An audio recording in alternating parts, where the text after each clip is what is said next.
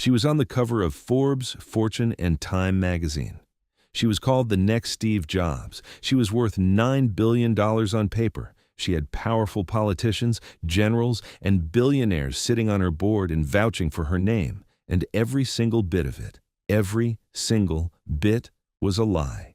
This is the crazy story of Elizabeth Holmes, Washington, D.C., February 3, 1984. Elizabeth Ann Holmes is born into a comfortable, well-connected family. Her relatives had held positions in government and business. Achievement wasn't just encouraged in her household, it was expected. And Elizabeth absorbed that expectation completely. From a very young age, she was obsessed with one thing: not science, not medicine, not helping people, being rich. At just 7 years old, she reportedly told her father that her life goal was to become a billionaire. As a child, she designed her own business plans for fun. She studied Mandarin in high school. She took Stanford University-level courses before she even graduated. And at 18, she got into Stanford itself, one of the most prestigious universities in the entire world. She studied chemical engineering. She was brilliant, she was driven, she was magnetic, and she was already quietly planning to leave. Because Elizabeth Holmes had decided that Stanford was simply slowing her down. In 2003, at just 19 years old, Elizabeth Holmes dropped out of Stanford. She took the tuition money her parents had saved for her education and used it to start a company. She called it Theranos. The concept was genuinely revolutionary, at least on paper.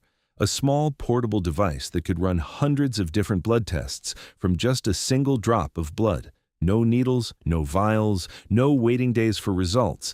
Cheap enough for anyone to access, fast enough to save lives. It sounded like science fiction, and investors couldn't throw money at her fast enough. Silicon Valley fell completely in love with Elizabeth Holmes. She raised over $700 million in funding. The company was valued at $9 billion at its peak. She appeared on the cover of Forbes, named the youngest self-made female billionaire in history. Fortune put her on the cover. Time magazine named her one of the most influential people in the world.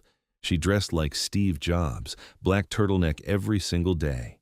She spoke in a deep, authoritative voice. She surrounded herself with the most powerful names in American politics and business. She was unstoppable. Except the device didn't work. It never worked, not even close to working. Behind the polished boardrooms and magazine covers, Theranos was falling apart at the seams. The revolutionary device Holmes had promised investors? It could only reliably perform a handful of basic tests. So what did the company do with all the samples it was collecting? They ran them on regular commercial machines, competitor machines, hidden in back rooms, machines that every other medical lab in the country already used. But they were billing patients and investors, as if the revolutionary Theranos technology was doing the work. And the results? They were dangerously inaccurate. Cancer patients were told they were healthy. Healthy patients were told they had serious diseases. Real people, real misdiagnoses, real consequences. And Elizabeth Holmes knew. She knew everything. She continued fundraising. She continued signing partnerships. She continued building her carefully crafted genius image, while her own scientists were raising alarms internally, while employees who questioned her were fired or silenced.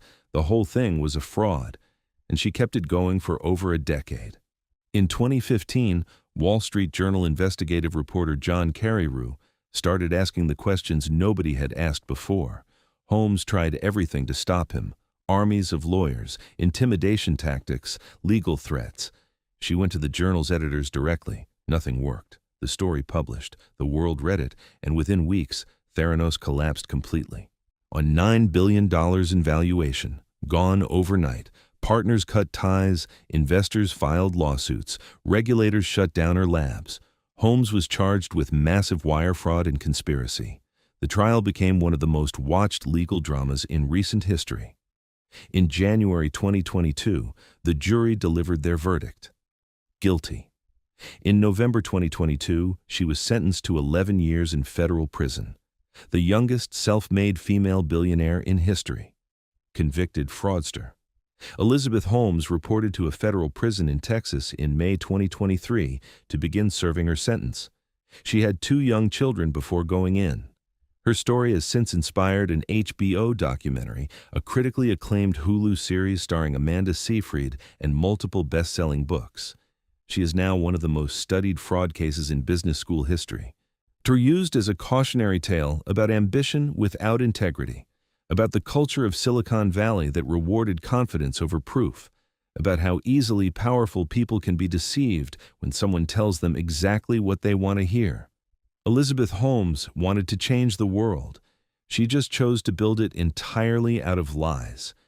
That was the crazy story of Elizabeth Holmes. Genius, fraudster, or something in between? Drop your take in the comments. We want to know what you think. Subscribe for a brand new story every single week. And next time, the greatest golfer who ever lived, a billion-dollar career, and a secret life that destroyed everything in one single night.